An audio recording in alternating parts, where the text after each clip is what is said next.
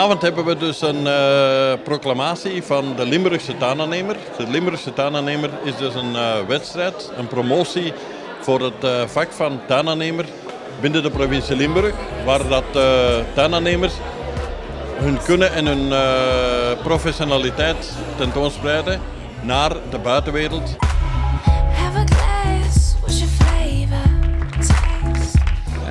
Wij hebben de gouden medaille gewonnen, of ik weet niet hoe ze het juist zeggen.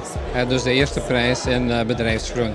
We hebben aan de ene kant aan het klassieke gebouw hebben we dan moderne materialen gebruikt en aan het moderne gebouw hebben we klassieke materialen gebruikt.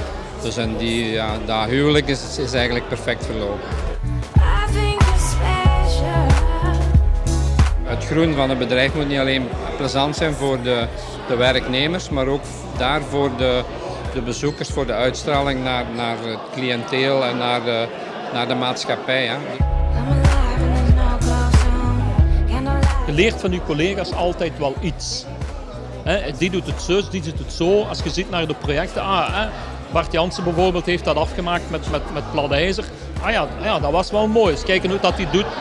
Dat doet waar dat hij gaat halen. En zo. Dus het is altijd een meerwaarde om te netwerken.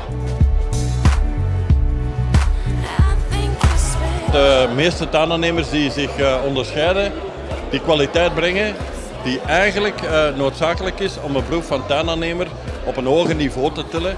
En de mensen, de potentiële klanten, toch wel zin doen krijgen om zich gaan te bevoorraden bij eventueel professionele tuinaannemers.